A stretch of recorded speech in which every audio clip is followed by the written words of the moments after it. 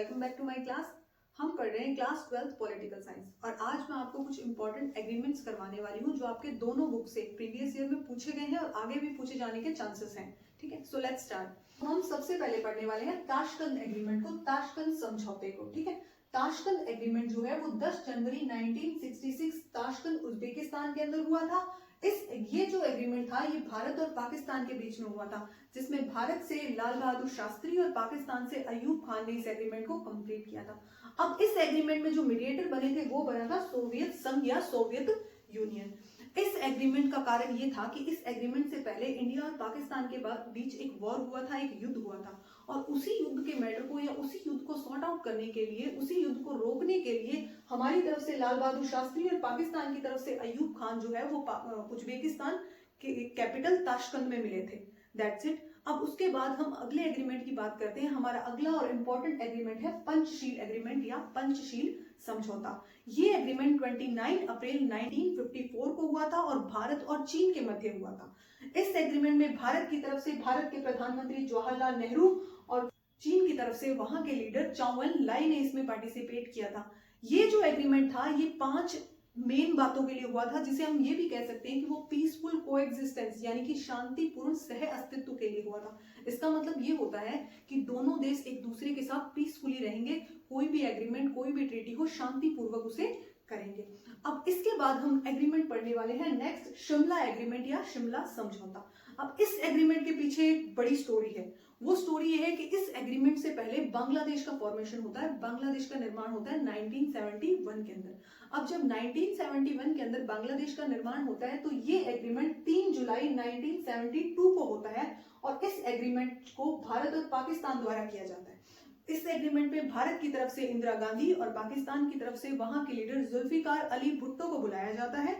और इस एग्रीमेंट का कारण ये था कि दोनों कंट्रीज के लीडर्स आपस में मिलकर ये बात करेंगे कि अब बांग्लादेश एक इंडिपेंडेंट नेशन है, उस पर वेस्टर्न पाकिस्तान जो अब वर्तमान में पाकिस्तान कहलाता है उसका कोई अधिकार नहीं है।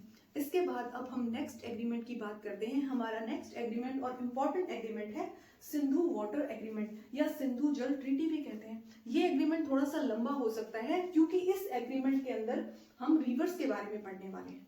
हम सिंधु या इंडस की जो ट्रिब्यूटरीज हैं उनके जो पानी है उसके बारे में बात करने वाले हैं।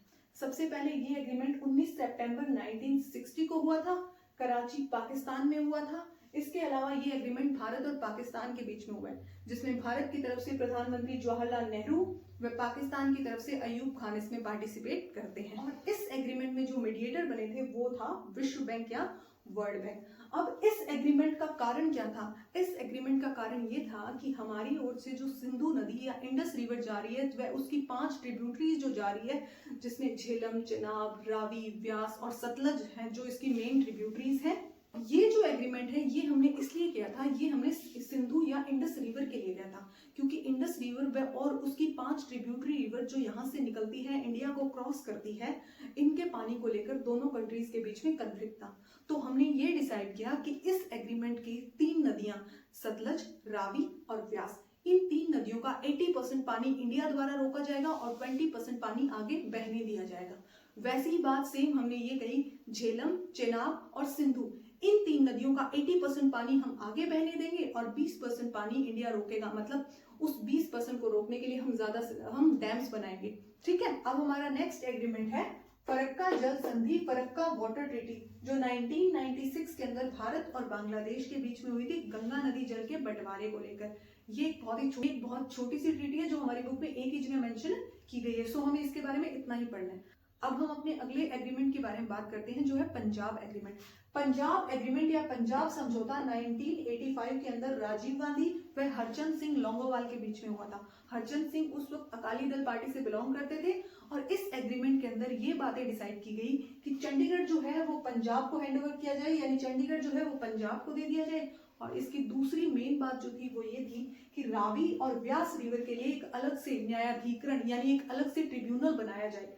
That's it. आज हमारे 6 के 6 एग्रीमेंट कंप्लीट होते हैं। और हाँ, मैं आपको बता दूं ये एग्रीमेंट्स प्रीवियस ईयर में पूछे गए हैं, जिसकी क्लिप मैंने आपको स्क्रीन पर दिखाई है। इसलिए मैं चाहती हूँ कि आप इन एग्रीमेंट्स को अच्छे से पढ़ें, अच्छे से इनको याद करें। Thank you so much, all the very best guys.